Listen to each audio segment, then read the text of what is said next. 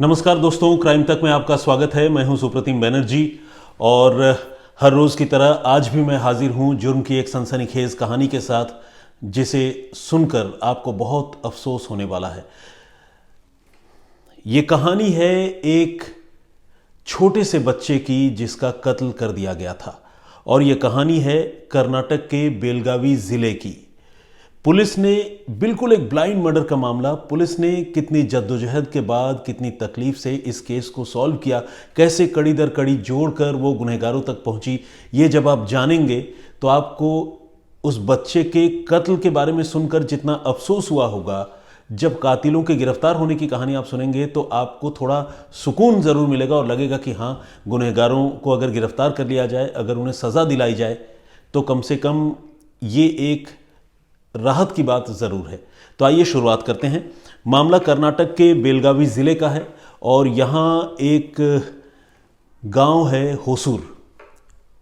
इस होसूर गांव के पास से एक नदी बहती है, जिस नदी में पिछले दिनों एक लड़के की लाश मिली थी और ये लाश मिली थी 20 सितंबर को।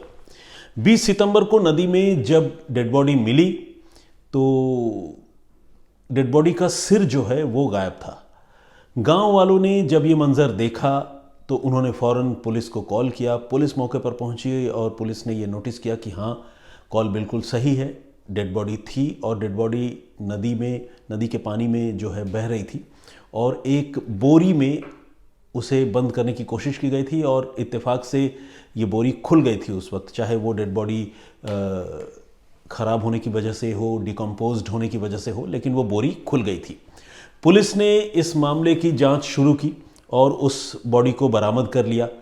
सबसे बड़ी चुनौती इस मामले में लाश की पहचान करने की ही थी, क्योंकि जिस लाश का सिर ही गायब हो, उस लाश की पहचान कर पाना सबसे बड़ा चैलेंजिंग टास्क होता है। और ख़ासकर तब जब बाकी का जो टोर्सो है, जिसे हम धड़ कहते हैं, या बॉडी का दूसरा हिस्सा है, अगर उसमें कोई बहुत ख़ास मार्क ना हो, जैसे कोई स्पेशल टैटू बना हुआ हो या कोई बहुत ही ज़्यादा विजिबल बर्थ मार्क हो, फिर तो पुलिस के लिए काम थोड़ा आसान होता है।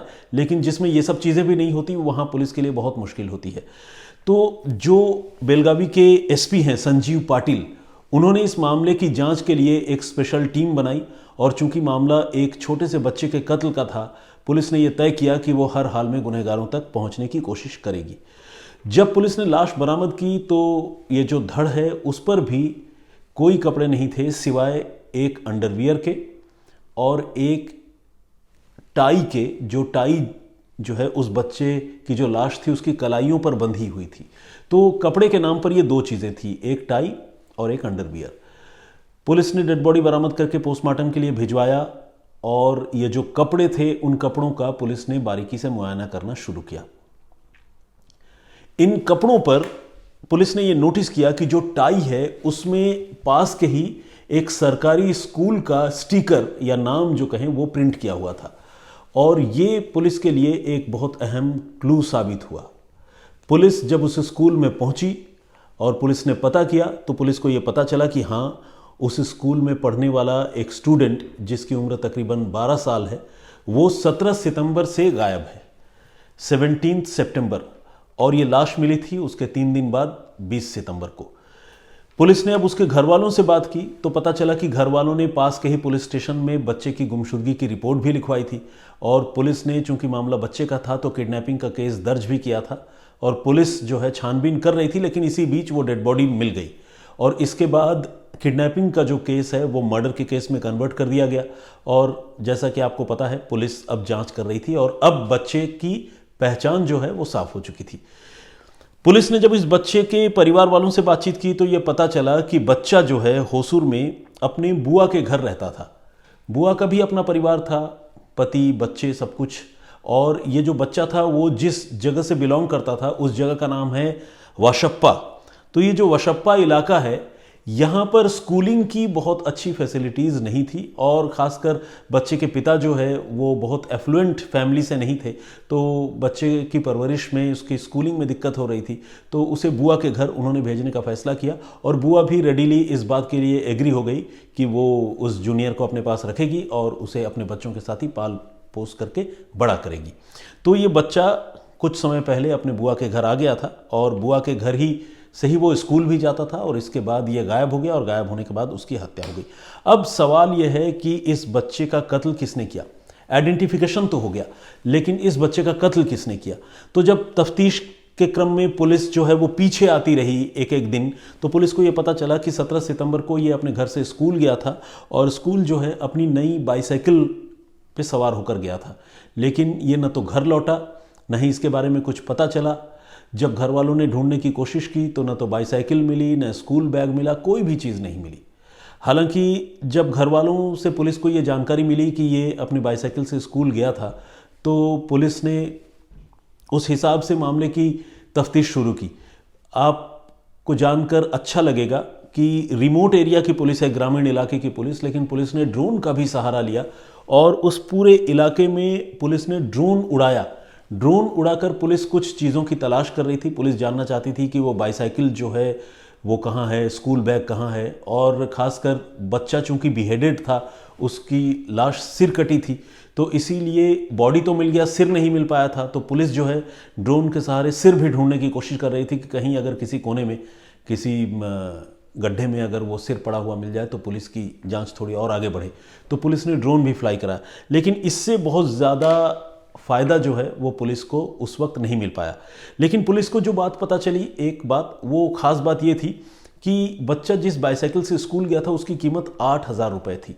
तो ग्रामीण परिवेश में 8,000 रुपये का बाइक लेकर, माफ़ कीजिएगा, साइकिल लेकर अगर बच्चा स्कूल जाता है तो ये अपने आप में एक बड़ी बात है। और अब पुलिस को लगने लगा कि कहीं ऐसा तो नहीं कि बुआ ने और फूफा ने उसे नई बाईसाइकिल लेकर दी थी और इस बाईसाइकिल की वजह से ही कहीं कोई राइवलरी या जेलसी में इस बच्चे की हत्या तो नहीं हो गई। तो पुलिस ने इस एंगल को एक्सप्लोर करने की कोशिश की और पुलिस ने यह भी जानने की कोशिश की कि कहीं बाईसाइकिल बच्चे की मौत की वजह तो नहीं बनी। लेकिन पुलिस को इस कोशिश में भी बहुत ज़्यादा कामयाबी नहीं मिली। 2 से 3 दिन गुजर गए और फिर 23 सितंबर के आते आते पुलिस को इस मामले में मेजर ब्रेक थ्रू जो है वो मिला। पुलिस को ये पता चला, पुलिस गांव में भी लोगों से पूछताछ कर रही थी। पुलिस ये भी जानने की कोशिश कर रही थी कि जिस बच्चे का कत्ल किया गया, जाहिर है उस बच्चे को मारने से पहले उसे जब अगवा किया होगा कातिलों ने, तो कातिल के साथ बच्चे की कुछ इनफाइटिंग हुई होगी, लड़ाई झगड़ा हुआ होगा। तो कहीं किसी आदमी का, होसूर के उस पूरे इलाके में रहने वाले लोगों को कहीं किसी आदमी को कोई चोट तो नहीं लगी। पुलिस इस एंगल से भी बड़ी खुफिया तरीके से इन बातों का पता लगा रही थी, क्योंकि कई बार कातिल और असैलेंट्स जो होते हैं, हमलावर होते हैं, उनको भी चोट लग जाती है और वो उन चोटों से भी पकड़े जाते हैं। तो पुलिस ने इस एंगल पर भी काम करने की कोशिश की, लेकिन पुलिस को बहुत ज़्यादा फ़ायदा इस एंगल पर भी नहीं हुआ।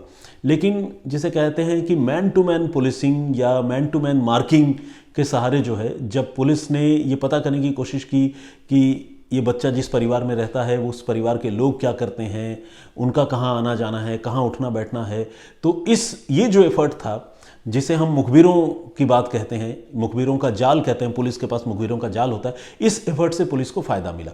हुआ ये कि एक मुखबिर ने पुलिस को ये बताया कि ये जो बच्चे की बुआ है उसके साथ उसी इलाके में रहने वाले 60 साल के एक शख्स नूर मोहम्मद कोन्नूर का रिलेशन था।